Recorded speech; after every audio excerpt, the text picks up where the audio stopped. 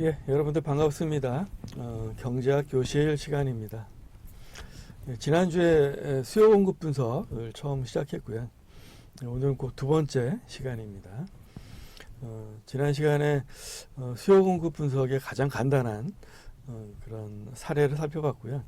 오늘은 그거보다 조금 더 복잡한 그런 사례를 이제 살펴보고자 합니다. 거기 화면에 보시면 국제유가의 동향은 왜 영향이 크냐 하는 건데, 여러분 뭐 중동이나 이런 데서 무슨 전쟁이 터진다든지 해서 뭐 국제유가가 올라간다 그러면 이게 한국 경제에 미치는 영향이 매우 큽니다. 물론 우리나라가 뭐 석유가 나지 않는 나라라서 뭐 그렇기도 하지만 그게 아니더라도 영향은 굉장히 큰데요. 그걸 수요 공급 분석을 해보면 왜 그런지를 아주 쉽게 알 수 있습니다. 그러니까 수요 공급 분석이 얼마나 파워풀한 그런 분석 수단인지 같은 건지 쉽게 알 수 있습니다. 그래서 석유 가격이 상승하면 어떻게 되느냐? 자동차 시장에는 어떤 영향이 있느냐? 그 중에 이제 자동차 가격에 이제 초점을 맞추어서 좀 살펴보고자 하는데, 자동차 가격만 뭐 중요한 건 아니고요. 뭐 자동차 거래량도 사실 중요합니다. 근데 우리가 이제 수요 공급 분석을 할 때는 항상 1단계, 2단계, 3단계 이렇게 나누어서 살펴봐야 한다고 그랬어요. 1단계가 매우 중요하다고 그랬는데, 수요에 영향을 미치는 거냐? 아니면 공급에 영향을 미치는 거냐? 그걸 이제 판단을 잘해야 된다고 그랬죠. 석유 가격이 상승하면 자동차 수요에 영향이 있을까요? 자동차 공급에 영향이 있을까요? 이해가 이제 좀 복잡한 이유는 둘 다 영향이 있습니다. 여러분, 석유 가격이 올라가면 공급에도 영향이 있습니다. 왜냐하면 석유라는 건 뭐 자동차 생산하는데 투입이 되는 인풋이죠. 이게 생산 요소인데, 이게 석유 가격이 올라가면 자동차 회사 입장에서는 비용 상승 요인이 됩니다. 그러니까 이제 공급에는 악영향을 미치는 거죠. 그래서 이제 공급에 영향을 미칩니다. 근데 그뿐만이 아닙니다. 수요에도 영향을 미칩니다. 왜냐하면 여기 연관제이기 때문에 그런데요.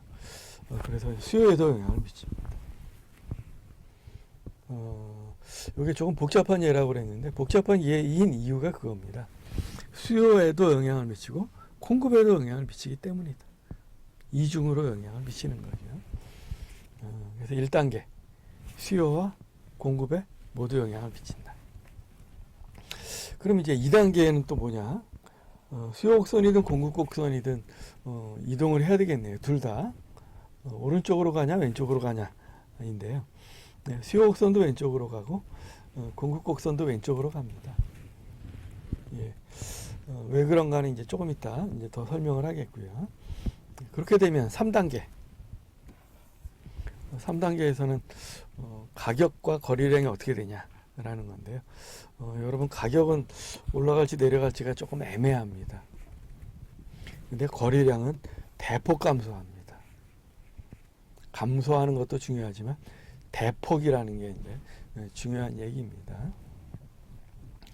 요게 이제 석유 가격이 상승할 때 자동차 시장에 미치는 영향을 이제 분석을 하는데, 수요 공급 분석에 따르자면 이런 식으로 1단계, 2단계, 3단계 분석을 한다는 겁니다. 조금 더 이제 설명을 해야 될 내용은 여기 연관제 이야기인데요. 석유 가격이 상승하면 뭐 연관제 가격에 영향이 있어서 이제 수요에 영향을 미친다는 건데, 연관제가 뭔가에 대해서 조금 더 설명을 해야 되겠습니다. 연관제는 크게 대체제와 보완제로 이제 나누고요. 여러분, 대체제는 어떤 재화 대신에 소비하는 재화를 대체제라고 합니다. 그래서 거기 보시면 여러분들 뭐 코카콜라와 펩시콜라는 이거는 뭐 대체제죠. 맥도날드와 버거킹도 사실 그렇고요. 차와 커피도 마찬가지고, 그러면 전기차와 가솔린 차인데요. 이거는 뭐 아주 치열한 경쟁 관계에 있죠. 대신 소비하는 그런 재화인데, 그래서 대체제는 여러분 경쟁하고 아주 관련이 깊습니다. 대체제는 앞으로도 여러 번 나오게 될 텐데요. 뭔가 경쟁이라는 말이 나오면 대체제는 항상 같이 나오는 그런 개념이죠. 이제 반면에 대체제가 아닌 게 이제 보완제인데요. 보완제는 함께 소비한다라는 게 이제 특징입니다. 예를 들어보면 뭐 쉽게 알 수 있죠. 이제 스마트폰과 스마트폰 케이스인데요. 뭐 같이 쓰겠죠, 당연히. 프린트와 잉크 카트리지인데요. 이게 프린트를 사게 되면 이제 잉크 카트리지도 같이 소비하게 되고, 시리얼과 이제 뭐 우유 뭐 이런 거 다 보완제죠. 랩탑과 뭐 랩탑의 케이스인데요. 당연히 같이 소비하겠죠. 그래서 이제 보완제는 하나를 소비하면 다른 것도 같이 소비하게 되는 그런 재화를 보완제라고 합니다. 그래서 보완제는 보통 이런 식으로 이해하면 여러분들이 직관적으로 이해하기 쉬울 텐데, 요거는 이제 경제학 언론에서는 조금 복잡하게 정의를 합니다. 이번 시간에는 뭐 보완제에 초점을 맞출 거라서 이제 보완제에 좀 초점을 맞추기로 하고요. 여기 요 줄, 첫 번째 줄, 두 번째 줄, 요게 보완제에 관한 정의입니다. 보통 교과서에는 저 둘 중에 하나가 실려 있는데, 이제 그 중에도 요 두 번째 줄이 교과서에 더 많이 실려 있죠. 여러분 얼핏 읽어보면 저거 조금 어렵지 않나 싶은 생각도 들지 모르겠는데, 곰곰이 생각해보면 저 정의가 뭐 그렇게 어려운 내용도 아니에요. 예, 그 밑에 예를 한번 보기로 할까요? 2015년도에 히트 상품 중에 얼음컵이 있었답니다. 그러니까 이제 이런 편의점 가보면 컵에 이제 얼음만 넣어서 파는 거였죠. 편의점당 뭐 14만 개나 팔렸었답니다. 엄청나게 팔렸던 거지. 그래서 이제 히트 상품인데, 왜 이게 그렇게 히트 상품이냐면, 얼음컵을 사람들이 사는 이유는 물론 얼음 먹겠다고 사는 사람도 있겠지만, 여기 생수 또 음료수랑 같이 먹으려고 하는 거죠. 그래서 이제 얼음컵 소비만 증가하는 게 아니라 생수와 음료수 소비도 같이 증가하는 거죠. 생수와 음료수 매출이 뭐 20% 가까이 뭐 증가했다는 거니까요. 이게 바로 이제 전형적인 보완제의 경우에 이제 나타나는 거지요. 그런데 이거를 경제학 언론 측에는 이제 어떻게 설명하냐면, 그 밑에 나와 있는 그 빨간색 글씨를 한번 잘 읽어보자고요. 여러분 얼음컵 가격이 올라갔다고 한번 생각해 봅시다. 얼음컵이 비싸진 겁니다. 그러면 얼음컵 수요량도 줄지 않을까요? 네. 얼음컵이 비싸졌으니까 아무래도 좀 덜 팔리겠죠. 그런데 얼음컵 수요량이 감소하면 음료수 수요도 같이 감소합니다. 보완제니까요. 하나가 줄면 다른 것도 같이 줄어야 되겠죠. 그래서 이런 관계가 이제 성립하는 게 이제 보완제거든요. 근데 요걸 이제 말로 쓴 게 여기 위에 줄인데요. 위에 줄 잘 한번 볼까요? 다른 재화의 수요량이 여기 감소할 때와 여기 요 감소 같은 말입니다. 그러니까 얼음컵 수요량이 감소할 때 여기 수요가 또 감소한다고 그랬잖아요. 음료수 수요도 감소한다. 그러니까 요걸 말로 쓴 게 이제 위에 그 정의죠. 그래서 저 정의가 이렇게 어려운 정의가 아닙니다. 근데 이제 그 정의보다는 요 밑에 요 정의를 훨씬 더 많이 쓴다는 건데요. 여기 잘 봅시다. 얼음컵 가격이 상승하면 음료수 수요는 감소한다 라는 건데요. 요거에 해당하는 말이 요겁니다. 다른 재화의 가격이 상승할 때, 얼음컵 가격이 상승할 때, 그때 수요가 감소한다. 음료수 수요가 감소한다. 예. 그래서 여기 이제 보완제의 정의라는 걸 이제 이해할 수 있겠죠. 여기 이제 보완제에 관해서 보통 교과서에 실려 있는 정의는 저것입니다. 예, 그래서 이제 보완제는 그런 건데요. 그래서 보완제는 연관제 중에 아주 뭐 중요한 연관제고요. 이 바로 석유와 자동차가 이제 보완제라는 거죠.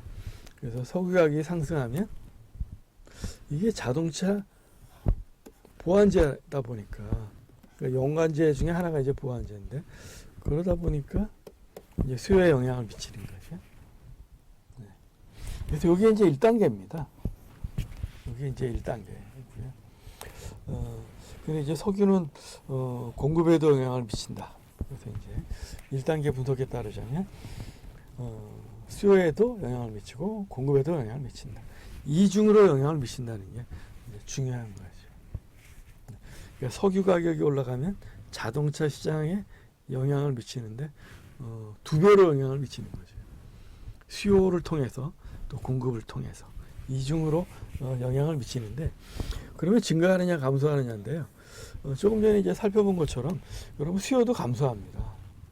이게 보완제라서 감소하거든요. 예. 그 다음에 또 공급도 감소합니다. 왜냐하면 인풋이 증가한다는 건데요. 생산 요소 가격이 올라가니까 이제 비용 상승 요인이 되죠. 네, 그래서 수요도 감소하고 이제 공급도 감소한다. 2단계 분석에 따르자면 그렇다. 그런데 이제 3단계에서는 그러면 봅시다. 가격이 올라갈 거냐 내려갈 거냐. 그건 애매하다고 그랬습니다. 그럼 올라갈 수도 있고 내려갈 수도 있습니다. 가격에 미치는 영향은 애매합니다. 그런데 여러분 거래량은 대폭 감소합니다. 이거는 아주 크게 감소합니다. 알겠죠? 그러니까 여러분 실제로 석유 가격 올라간다고 그래서 여러분 자동차 가격이 뭐 크게 올라가거나 크게 내려가거나 하나요? 보통 그렇지는 않죠. 근데 판매량은 영향을 많이 받습니다. 왜냐하면 수요에도 영향을 미치고 공급에도 영향을 미치니까 이중으로 영향을 미치니까 그 영향이 굉장히 크다는 겁니다. 에너지가 이제 중요한 이유가 사실은 그거거든요. 에너지는 경제에 아주 광범위한 영향을 미치는데요. 그 이유는 수요와 공급에 모두 영향을 미치기 때문입니다. 그러니까 우리가 에너지 문제 같은 건 아주 신중하게 판단을 해야 합니다. 여러분들 뭐 태양광이나 뭐 탈원전 이런 문제들 생각해 보면 그렇게 뭐 쉽게 생각할 문제가 아니에요. 그 영향이 아주 큽니다. 신중하게 이제 판단해야 될 문제 같고요. 예, 오늘 시간에는 이제 뭐 대체제 또 보완제 이제 살펴봤고요. 두 번째 이게 이제 보완제의 정의인데요. 보완제의 정의는 얼핏 들으면 보면 굉장히 어려워 보이는데 내용을 잘 따져보면 그렇게 또 어려운 내용도 아닙니다. 그래서 오늘은 이 수요 공급 분석에서는 조금 어려운 좀 복잡한 수요에도 영향이 있고 공급에도 영향이 있는 그런 예를 살펴봤습니다. 이제 수요 공급 분석을 이제 조금씩 한 단계씩 심화시켜 나가고 있으니까요. 다음 시간에도 또 조금씩 더 배워 나가자고요. 오늘 수업은 여기서 마치도록 하겠습니다.